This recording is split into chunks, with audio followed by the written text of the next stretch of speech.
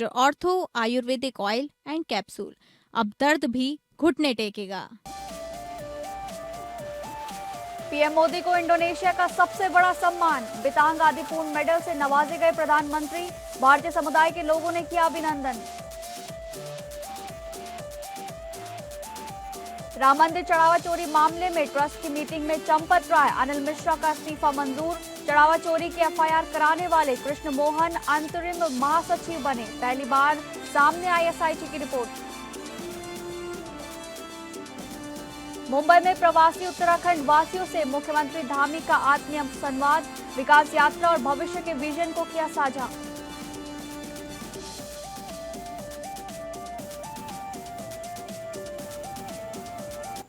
नमस्कार, आप सभी का बहुत बहुत स्वागत है टॉप अपडेट में। मैं हूं आपके साथ शालिनी राणा। शुरुआत करेंगे टॉप अपडेट की। भारत के प्रधानमंत्री नरेंद्र मोदी अपने 3 देशों के दौरे के पहले चरण में इंडोनेशिया की राजधानी जकार्ता पहुंचे हैं, जहां राष्ट्रपति प्रबावो सुबियांतो ने उनका गर्मजोशी से स्वागत किया। इंडोनेशियाई वायुसेना के लड़ाकू विमानों ने प्रधानमंत्री के विमान को विशेष सैन्य एस्कॉर्ट दिया, जबकि भारतीय समुदाय ने भी उनका भव्य अभिनंदन किया। जकार्ता में प्रधानमंत्री मोदी को इंडोनेशिया के सर्वोच्च नागरिक सम्मान बितांग आदिपूर्ण से सम्मानित किया गया है, जिसे उन्होंने भारत के करोड़ों नागरिकों को समर्पित बताया। दोनों नेताओं के बीच रक्षा, व्यापार, समुद्री सुरक्षा, डिजिटल तकनीक, स्वास्थ्य, कृषि और निवेश सहित कई महत्वपूर्ण मुद्दों पर व्यापक द्विपक्षीय वार्ता हुई है। इस दौरान ब्रह्मोस और अस्त्र मिसाइल सहयोग, महत्वपूर्ण खनिजों में निवेश, ईवीएम तकनीक तथा सबांग बंदरगाह के संयुक्त विकास सहित कई अहम समझौतों पर सहमति बनी है। वर्ष 2018 में व्यापक रणनीतिक साझेदारी स्थापित होने के बाद ये प्रधानमंत्री नरेंद्र मोदी की पहली द्विपक्षीय इंडोनेशिया यात्रा है। राष्ट्रपति प्रभावों के विशेष निमंत्रण पर हो रही इस यात्रा को भारत इंडोनेशिया संबंधों को नई ऊंचाई देने वाला महत्वपूर्ण कदम माना जा रहा है। उत्तर प्रदेश के मुख्यमंत्री योगी आदित्यनाथ की अध्यक्षता में हुई उत्तर प्रदेश कैबिनेट की बैठक में 29 महत्वपूर्ण प्रस्तावों को मंजूरी दी गई है। कैबिनेट ने शाहजहांपुर जिले की जलालाबाद तहसील का नाम बदलकर परशुरामपुरी करने के प्रस्ताव पर मुहर लगा दी है। सरकार के अनुसार ये भगवान परशुराम की जन्मस्थली है और केंद्र सरकार की अनापत्ति मिलने के बाद अब नाम परिवर्तन की औपचारिक प्रक्रिया शुरू होगी। बैठक में गोरखपुर और मुरादाबाद में 100 बेड के नए मेडिकल कॉलेज स्थापित करने के प्रस्ताव को भी मंजूरी दी गई है। इसके साथ ही प्रदेश के करीब 1.60 लाख होमगार्ड जवानों और उनके आश्रितों के लिए 5 लाख रुपए तक की कैशलेस इलाज सुविधा को भी हरी झंडी मिल गई है। इस योजना का लाभ वर्तमान और नवचयनित होमगार्ड जवानों के परिवारों को भी मिलेगा। सरकार का कहना है कि इससे स्वास्थ्य सुरक्षा और चिकित्सा सुविधाओं को और मजबूती मिलेगी। योगी कैबिनेट के इन फैसलों को प्रदेश के विकास और जन कल्याण की दिशा में महत्वपूर्ण कदम माना जा रहा है। राम मंदिर चढ़ावा चोरी और गबन मामले में एसआईटी की प्रारंभिक जांच रिपोर्ट पहली बार सार्वजनिक होने के बाद बड़ा घटनाक्रम सामने आया है। ट्रस्ट सदस्य स्वामी गोविंद देवगिरी के अनुसार ट्रस्ट की बैठक में चंपत राय और अनिल मिश्रा के इस्तीफों पर विचार किया गया और सदस्य के परासिरन के हस्तक्षेप के बाद दोनों के त्यागपत्र स्वीकार कर लिए गए। एसआईटी रिपोर्ट में दान और चढ़ावा गणना प्रक्रिया की निगरानी व्यवस्था को कमजोर किए जाने का उल्लेख किया गया है। रिपोर्ट के अनुसार अनिल मिश्रा की लापरवाही और रामशंकर उर्फ टिन्नू यादव की मुख्य भूमिका सामने आई है, जबकि चंपत राय और गोपाल राव का नाम रिपोर्ट में नहीं है। जांच में यह भी सामने आया कि 27 अप्रैल से भी पहले लगातार चोरी होती रही और सीसीटीवी फुटेज में करीब 70 बार नोट छिपाने की घटनाएं दर्ज हुई हैं। रिपोर्ट में ट्रस्ट, बैंक, सुरक्षा व्यवस्था और प्रशासनिक निगरानी पर भी गंभीर सवाल उठाए गए हैं। एसआईटी ने इसे प्रारंभिक जांच रिपोर्ट बताते हुए कहा है कि विस्तृत जांच अभी जारी है। मामले को लेकर आगे और बड़े खुलासों की संभावना जताई जा रही है। झारखंड शिक्षक पात्रता परीक्षा यानी कि जेटेट में भोजपुरी, मगही, मैथिली और अंगिका को क्षेत्रीय भाषा के रूप में शामिल करने का मामला फिलहाल उलझ गया है। इस मुद्दे पर गठित 7 सदस्यीय उच्च स्तरीय मंत्रियों की कमेटी ने अपनी रिपोर्ट मुख्यमंत्री हेमंत सोरेन को सौंप दी है, लेकिन किसी सर्वसम्मति पर नहीं पहुंच सकी। कमेटी के भीतर स्पष्ट मतभेद सामने आए हैं, जहां 4 मंत्रियों ने इन भाषाओं को शामिल करने का विरोध किया, जबकि 3 मंत्रियों ने समर्थन किया। झामुमो के सुदव्य कुमार, योगेंद्र प्रसाद महतो, हफीजुल हसन अंसारी और कांग्रेस की शिल्पी नेहा तिर्की विरोध में रहे। वहीं कांग्रेस के राधाकृष्ण किशोर, दीपिका पांडे सिंह और राजद के संजय प्रसाद यादव ने इन भाषाओं के पक्ष में अपनी राय रखी। खास बात ये रही कि शिल्पी नेहा तिर्की ने अपनी पार्टी के अन्य मंत्रियों से अलग रुख अपनाया। बहुमत विरोध के पक्ष में रहने के बावजूद अंतिम निर्णय पर सहमति नहीं बन सकी है। अब इस पूरे मामले में अंतिम फैसला मुख्यमंत्री हेमंत सोरेन ही करेंगे। भारतीय जनता पार्टी के राष्ट्रीय अध्यक्ष नितिन नवीन 2 दिवसीय दौरे पर जम्मू पहुंचे, जहां पार्टी नेताओं और कार्यकर्ताओं ने उनका भव्य स्वागत किया। जम्मू एयरपोर्ट पर केंद्रीय मंत्री डॉक्टर जितेंद्र सिंह, प्रदेश भाजपा अध्यक्ष सत शर्मा और राष्ट्रीय महासचिव एवं जम्मू कश्मीर प्रभारी तरुण चुग सहित कई वरिष्ठ नेता मौजूद रहे। दौरे के दूसरे दिन नितिन नवीन माता वैष्णो देवी के दर्शन कर आशीर्वाद प्राप्त करेंगे। इसके बाद वो डोगरा चौक पहुंचकर प्रेमनाथ डोगरा की प्रतिमा पर श्रद्धांजलि अर्पित करेंगे। कार्यक्रम के तहत वो भाजपा सांसदों, विधायकों और पूर्व जनप्रतिनिधियों के साथ अलग अलग बैठकें भी करेंगे। इन बैठकों में संगठन को मजबूत करने और आगामी रणनीति पर चर्चा होने की संभावना है। इसके अलावा वो जम्मू के कन्वेंशन सेंटर में आयोजित युवा संवाद कार्यक्रम में युवाओं से भी संवाद करेंगे। भाजपा नेतृत्व इस दौरे को संगठनात्मक मजबूती और कार्यकर्ताओं से सीधा संवाद स्थापित करने की दिशा में महत्वपूर्ण माना जा रहा है। जम्मू कश्मीर के डोडा जिले में ठाठरी क्षेत्र में भारी बारिश और अचानक आई बाढ़ ने भारी तबाही मचा दी है। तेज बारिश के चलते हुए भूस्खलन में कई वाहन, दुकानें और मकान मलबे में दब गए, जिससे बड़े पैमाने पर नुकसान हुआ है। स्थानीय लोगों के अनुसार अचानक आई बाढ़ में कई वाहन बहकर चिनाब नदी में समा गए। हालांकि नुकसान का आधिकारिक आकलन अभी जारी है। आपदा के बाद ठाठरी कस्बे में राष्ट्रीय राजमार्ग 244 को एक बार फिर एहतियातन बंद कर दिया गया है, जिससे यातायात पूरी तरह ठप हो गया है। जिला प्रशासन हालात पर लगातार नजर बनाए हुए है और राहत एवं बचाव कार्य युद्ध स्तर पर जारी है। महाराष्ट्र में पिछले 3 से 4 दिनों से लगातार हो रही मूसलाधार बारिश ने जनजीवन पूरी तरह प्रभावित कर दिया है। मुंबई में केवल 4 दिनों में ही पूरे महीने के बराबर बारिश दर्ज होने से हालात बेहद गंभीर बने हुए हैं।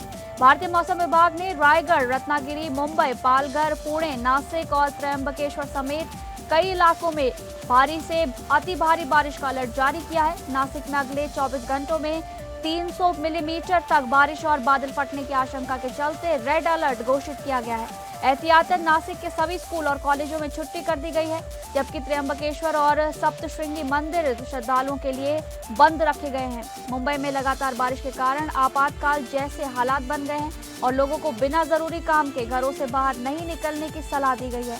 प्रशासन ने नागरिकों से बिजली के खंभों, स्ट्रीट लाइट और जर्जर इमारतों से दूर रहने तथा पूरी सतर्कता बरतने की अपील की है। उत्तराखंड के मुख्यमंत्री पुष्कर सिंह धामी ने मुंबई में आयोजित प्रवासी उत्तराखंड वासियों के भव्य सम्मेलन में प्रदेश और देश विदेश में बसे उत्तराखंड मूल के लोगों से आत्मीय संवाद किया। इस दौरान उन्होंने पिछले 5 वर्षों की विकास यात्रा, जन सेवा के संकल्प और विकसित उत्तराखंड के विजन को साझा करते हुए प्रवासी समाज को राज्य के विकास का महत्वपूर्ण भागीदार बताया। मुख्यमंत्री ने कहा कि मुंबई में उत्तराखंड की लोक संस्कृति और परंपराओं को जीवंत बनाए रखने वाले प्रवासियों के बीच आकर उन्हें विशेष गर्व और आत्मीयता का अनुभव हुआ। उन्होंने आगे कहा कि भौगोलिक दूरी चाहे जितनी भी हो, उत्तराखंड और उसके प्रवासी परिवारों के भावनात्मक रिश्ते हमेशा अटूट रहेंगे। धामी ने प्रवासी उत्तराखंड वासियों को राज्य का सांस्कृतिक दूत और सबसे बड़ा ब्रांड एम्बेसडर बताया। उन्होंने कहा कि उनकी मेहनत, संस्कार और उपलब्धियां देश दुनिया में उत्तराखंड की पहचान को नई ऊंचाइयों तक पहुंचा रही हैं। मुख्यमंत्री ने आगे कहा कि प्रवासी समाज का स्नेह और समर्पण राज्य की सबसे बड़ी ताकत है, जो नई पीढ़ी को भी अपनी संस्कृति और विरासत से जोड़कर रखता है। अंत में उन्होंने सभी प्रवासी संगठनों और सम्मेलन में उपस्थित उत्तराखंड वासियों का आभार व्यक्त किया। प्रतापगढ़ में रानीगंज क्षेत्र के पचरास गांव की बेटी श्रद्धा पांडे ने बिना किसी कोचिंग के बीपीएससी की कठिन परीक्षा में पहली रैंक हासिल कर जिले और प्रदेश का नाम रोशन किया है। श्रद्धा ने पहले ही प्रयास में ये बड़ी सफलता हासिल कर मिसाल पेश की है। इससे पहले अप्रैल 2026 में वो यूपी पीएससी परीक्षा भी उत्तीर्ण कर असिस्टेंट कमिश्नर ट्रेड टैक्स के पद के लिए चयनित हो चुकी हैं। श्रद्धा की प्रारंभिक शिक्षा गाँव के ही स्कूल में हुई है और उन्होंने सीमित संसाधनों के बावजूद अपनी मेहनत से ये मुकाम हासिल किया है। उनके पिता संतोष पांडे पेशे से अधिवक्ता हैं और परिवार ने उनकी सफलता में महत्वपूर्ण भूमिका निभाई। श्रद्धा की उपलब्धि से पूरे क्षेत्र में खुशी का माहौल है। श्रद्धा पांडे की सफलता, मेहनत, आत्मविश्वास और लगन का प्रेरणादायक उदाहरण बनकर ये सामने आए हैं। श्रावस्ती के इकोना थाना क्षेत्र स्थित कोरीपुरवा जंगल रावलगढ़ी में पुरानी रंजिश को लेकर दो पक्षों के बीच विवाद हिंसक मारपीट में बदल गया। आरोप है कि विपक्षी पक्ष ने निशा, उनके पति राम प्रकाश और बच्चों के साथ लाठी डंडों तथा हाथापाई कर हमला किया। इस घटना में महिला समेत कई बच्चे घायल हो गए, जिससे गांव में अफरा तफरी का माहौल बन गया। शोर शराबा सुनकर मौके पर पहुंचे ग्रामीणों ने बीच बचाव कर किसी तरह विवाद शांत कराया। सभी घायलों को निजी वाहन से सामुदायिक स्वास्थ्य केंद्र इकोना पहुंचाया गया है, जहां उनका प्राथमिक उपचार किया जा रहा है। चिकित्सकों ने मामले में कानूनी कार्रवाई के लिए पीड़ित पक्ष को थाने भेज दिया है। पीड़िता निशा ने इकोना थाने में तहरीर देकर आरोपियों के खिलाफ सख्त कार्रवाई की मांग की है। उत्तर प्रदेश के पीलीभीत जिले में मामूली विवाद ने हिंसक रूप ले लिया और पुरानी रंजिश के चलते गांव गोलियों की आवाज से दहल उठा। माधो टांडा थाना क्षेत्र के कुंवरपुर गांव में दो पक्षों के बीच पहले कहासुनी हुई, जिसके बाद फायरिंग और मारपीट शुरू हो गई। आरोप है कि एक पक्ष ने लाइसेंसी बंदूक से ताबड़तोड़ गोलियां चलाई, जिसमें 5 वर्षीय मासूम समेत 7 लोग घायल हो गए। गोली लगने से यश, अंजलि, दिनेश और पिंकी गंभीर रूप से घायल हुए हैं, जबकि रमेश, गीता और कनिका मारपीट में घायल हुए हैं। घटना के बाद पूरे गांव में अफरा तफरी मच गई और लोग अपनी जान बचाने के लिए इधर उधर भागने लगे। सूचना मिलते ही पुलिस मौके पर पहुंची और सभी घायलों को अस्पताल पहुंचाया गया है। 4 गंभीर घायलों को प्राथमिक उपचार के बाद जिला अस्पताल रेफर कर दिया गया है। पुलिस ने मौके से कारतूस के खोखे बरामद कर मामले की जांच शुरू कर दी है। नोएडा के सेक्टर 88 स्थित सुरभि इंटरनेशनल कंपनी में सोमवार देर रात भीषण आग लगने से इलाके में हड़कंप मच गया। रात करीब 11:15 पर लगी आग ने कंपनी के ग्राउंड और फर्स्ट फ्लोर को अपनी चपेट में ले लिया। सूचना मिलते ही दमकल विभाग की 8 गाड़ियां मौके पर पहुंची और राहत एवं बचाव कार्य शुरू किया गया। करीब 2.5 घंटे की कड़ी मशक्कत के बाद दमकल कर्मियों ने आग पर पूरी तरह काबू पा लिया। प्रारंभिक जांच में आग लगने का कारण इलेक्ट्रिकल पैनल में शॉर्ट सर्किट बताया जा रहा है। रात की बात यह रही कि घटना के समय कंपनी बंद थी, जिससे कोई जनहानि नहीं हुई। समय रहते आग पर नियंत्रण पा लेने से बड़ा हादसा टल गया। फिलहाल दमकल विभाग आग लगने के कारणों की विस्तृत जांच में जुटा है। कुशीनगर के खड्डा थाना क्षेत्र स्थित पनियावह रेल पुल पर लोगों की लापरवाही गंभीर चिंता का विषय बन गई है। रेलवे ट्रैक पर रील बनाने और सेल्फी लेने वालों की लगातार बढ़ती भीड़ से बड़े हादसे की आशंका बनी हुई है। लोग अपनी जान जोखिम में डालकर ट्रैक पर वीडियो बना रहे हैं, लेकिन इस खतरनाक गतिविधि पर रोक नहीं लग पा रही है। स्थानीय लोगों का कहना है कि मौके पर पुलिस की निगरानी नाक के बराबर दिखाई दे रही है। रेलवे ट्रैक पर इस तरह की लापरवाही किसी भी समय बड़ी दुर्घटना का कारण बन सकती है। प्रशासन और पुलिस की निष्क्रियता पर भी सवाल उठाए जा रहे हैं। लोगों से अपील की जा रही है कि सोशल मीडिया के लिए अपनी जान जोखिम में न डालें और रेलवे सुरक्षा नियमों का पालन करें। वसूली कर लौट रहे 2 युवकों से 1.5 लाख रुपए से अधिक की लूट की वारदात ने इलाके में सनसनी फैला दी है। चौराखास थाना क्षेत्र के बाड़ू चौराहे पर स्थित हीरो एजेंसी के पास बाइक सवार 3 बदमाशों ने घटना को अंजाम दिया है। आरोप है कि बदमाशों ने लूट के दौरान दोनों युवकों पर हमला भी किया, जिससे वे गंभीर रूप से घायल हो गए हैं। वारदात के बाद आरोपी मौके से फरार हो गए और आसपास के क्षेत्र में दहशत फैल गई। घायल युवकों की पहचान अमन और विपिन के रूप में हुई है, जो बिहार के सरिया के थोक व्यापारी अंशु बरवाल के वसूलीकर्ता बताए जा रहे हैं। सूचना मिलते ही पुलिस मौके पर पहुंची और घायलों को उपचार के लिए अस्पताल भेजा गया है। पुलिस घटनास्थल के आसपास लगे सीसीटीवी कैमरों और अन्य साक्ष्यों के आधार पर बदमाशों की तलाश में जुटी हुई है। अधिकारियों का कहना है कि मामले की गहन जांच कर आरोपियों को जल्द गिरफ्तार किया जाएगा। जौनपुर में दूल्हा आजाद बिंद हत्याकांड के आरोपितों पर कार्रवाई की मांग को लेकर अनिश्चितकालीन धरने पर बैठी सौम्या बिंद की अचानक तबीयत बिगड़ गई है। सौम्या 18 जून से लगातार धरना देकर न्याय की मांग कर रही थी। धरना स्थल पर उनकी तबीयत खराब होने से वहां मौजूद लोगों में हड़कंप मच गया। सूचना मिलते ही एम्बुलेंस मौके पर पहुंची और उन्हें तत्काल जिला चिकित्सालय ले जाया गया है। अस्पताल में चिकित्सकों की निगरानी में उनका उपचार शुरू कर दिया गया है। सौम्या की तबीयत बिगड़ने के बाद समर्थकों में चिंता का माहौल है।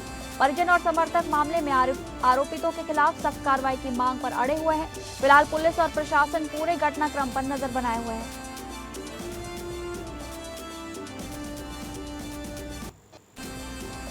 जालौन में शिकायत मिलने के बाद मुख्य चिकित्सा अधिकारी ने कोच सामुदायिक स्वास्थ्य केंद्र का औचक निरीक्षण किया। निरीक्षण के दौरान हेल्थ एटीएम बंद मिला, जबकि लॉजिस्टिक संसाधनों की कमी के कारण अल्ट्रासाउंड सेवा भी बंद पाई गई।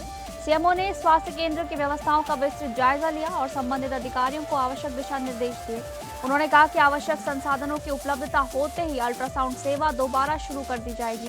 निरीक्षण के दौरान स्वास्थ्य सेवाओं में सुधार और मरीजों को बेहतर सुविधाएं उपलब्ध कराने पर जोर दिया गया। सीएमओ ने अधिकारियों को लापरवाही न बरतने और व्यवस्थाओं को जल्द दुरुस्त करने के निर्देश दिए। स्वास्थ्य केंद्र में उपलब्ध अन्य सुविधाओं का भी निरीक्षण किया गया। प्रशासन का कहना है कि मरीजों को बेहतर स्वास्थ्य सेवाएं उपलब्ध कराना सर्वोच्च प्राथमिकता है। जालौन बस स्टैंड स्थित सिटी कॉम्प्लेक्स के सामने देर रात दो पक्षों के बीच विवाद और मारपीट की सूचना से इलाके में हड़कंप मच गया। सूचना मिलते ही कोतवाली पुलिस तत्काल मौके पर पहुंची और हालात को नियंत्रण में लिया गया। घटनास्थल पर कुछ बाइकें लावारिस हालत में मिली, जिन्हें पुलिस ने अपने कब्जे में ले लिया है। पुलिस आसपास के लोगों से पूछताछ कर पूरे घटनाक्रम की जानकारी जुटा रही है। घटनास्थल से मिले सुरागों के आधार पर संबंधित लोगों की पहचान करने का प्रयास किया जा रहा है। मामले में विवाद के कारणों का भी पता लगाया जा रहा है। पुलिस का कहना है कि जांच के आधार पर आगे की विधिक कार्रवाई की जाएगी। हापुड़ जिले के गढ़ कोतवाली क्षेत्र में रास्ते के विवाद को लेकर एक महिला ने कथित तौर पर पेट्रोल डालकर आत्मदाह का प्रयास किया। बताया जा रहा है कि पड़ोसियों के बीच लंबे समय से रास्ते को लेकर विवाद चल रहा था, जिसके चलते महिला मानसिक तनाव में थी। विवाद के दौरान महिला ने अपने ऊपर पेट्रोल छिड़ककर आग लगाने की कोशिश की। मौके पर मौजूद पुलिसकर्मियों ने तत्काल सतर्कता दिखाते हुए महिला को सुरक्षित बचा लिया और बड़ा हादसा टल गया, जिसके बाद महिला का मेडिकल परीक्षण कराया गया है और उसकी स्वास्थ्य स्थिति की जानकारी ली गई। पुलिस अधीक्षक के निर्देश पर पूरे मामले की गंभीरता से जांच शुरू कर दी गई है।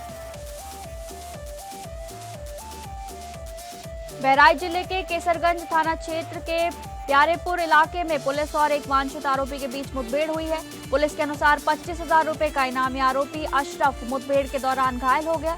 घायल होने के बाद पुलिस ने उसे हिरासत में लेकर उपचार के लिए नजदीकी अस्पताल में भर्ती कराया है।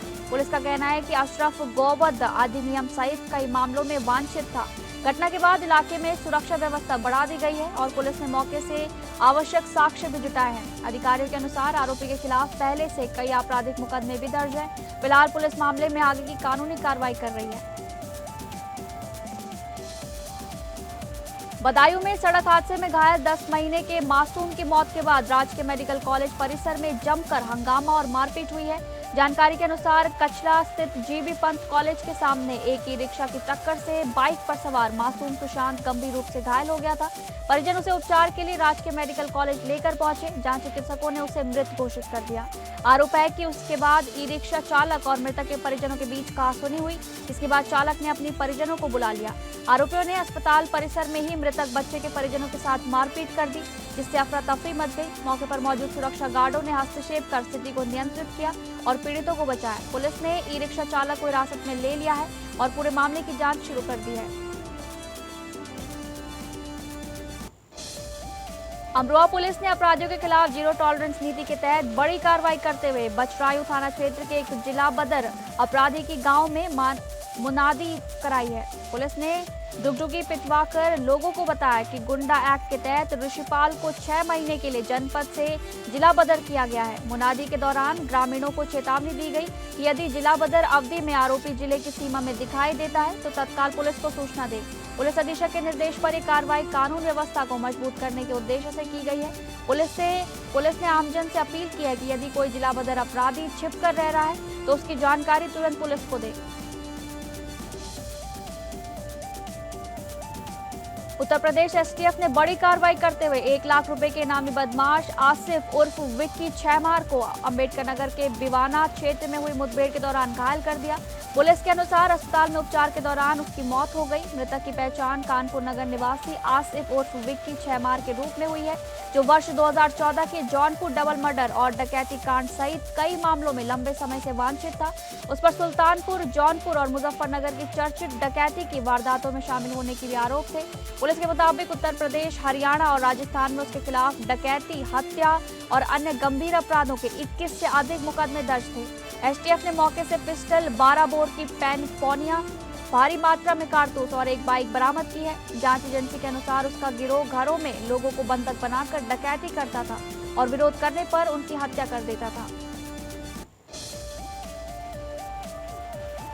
अंबेडकर नगर पुलिस ने बड़ी कार्रवाई करते हुए अंतर्राज्यीय मानव तस्करी गिरोह का भांडाफोड़ कर 7 आरोपियों को गिरफ्तार किया है, जिनमें से 2 महिलाएं भी शामिल हैं।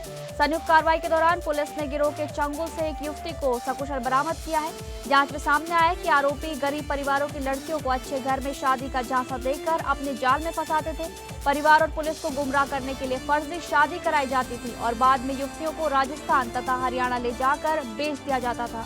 आरोप है कि इसके बाद उन्हें जबरन देह व्यापार में धकेला जाता था। पुलिस के अनुसार बरामद युवती का राजस्थान में 2 लाख रुपए में सौदा किया गया था, जिसमें 1 लाख रुपए अग्रिम भी लिए जा चुके थे। ये कार्रवाई अकबरपुर कोतवाली police, anti human trafficking unit, स्वाट टीम और सर्विलांस सेल ने संयुक्त रूप से की है। पुलिस पूरे नेटवर्क की गहन जांच कर अन्य आरोपियों और पीड़ितों की तलाश में जुटी हुई है। लखनऊ के अलीगंज स्थित मल्ला मंडी के ओ ब्लॉक 105 अल्ड्रिको अपार्टमेंट में देर रात आग लगने से अफरा तफरी मच गई। आग की सूचना मिलते ही स्थानीय लोगों ने तुरंत पुलिस और फायर ब्रिगेड को जानकारी दी। मौके पर फायर ब्रिगेड और एसडीआरएफ की कई टीमें पहुंची और राहत एवं बचाव कार्य शुरू किया गया। दमकल कर्मियों ने कड़ी मशक्कत के बाद आग पर पूरी तरह काबू पा लिया। घटना के दौरान आसपास के लोगों में दहशत का माहौल बना रहा। रात की बात ये रही कि समय रहते बचाव अभियान चलाए जाने से स्थिति पर नियंत्रण पा लिया गया। पुलिस और प्रशासन आग लगने के कारणों की जांच में जुटी है। फिलहाल मामले की जांच जारी है और नुकसान का आकलन किया जा रहा है। दिलजीत दोसांझ की फिल्म सतलुज को ओटीटी प्लेटफॉर्म से हटाए जाने के बाद विवाद लगातार गहराता जा रहा है। फिल्म के लेखक नीरेन भट्ट ने इस फैसले पर सवाल उठाते हुए कहा है कि बिना स्पष्ट कारण बताए फिल्म हटाना संवाद की कमी को दर्शाता है। उन्होंने कहा कि यदि द कश्मीर फाइल्स और द कैरल स्टोरी जैसी फिल्में बन सकती हैं तो उनकी फिल्म को अलग नजरिए से क्यों देखा जा रहा है। लेखक का कहना है कि किसी बायोपिक को संभावित दुरुपयोग के आधार पर रोकना उचित नहीं है और इस पर खुलकर बातचीत होनी चाहिए। सरकारी सूत्रों के अनुसार फिल्म को सुरक्षा कारण से हटाए जाने का निर्णय लिया गया है। ये फिल्म जसवंत सिंह खालरा के जीवन पर आधारित है, जिसमें दिलजीत दोसांझ ने मुख्य भूमिका निभाई है। फिल्म में अर्जुन रामपाल, कंवलजीत सिंह, सुविंदर विक्की और गीतिका विद्या ओहल्यान भी अहम भूमिकाओं में नजर आए हैं। फिल्म को लेकर जारी विवाद के बीच सेंसर प्रक्रिया और अभिव्यक्ति की स्वतंत्रता पर बहस एक बार फिर तेज हो गई है।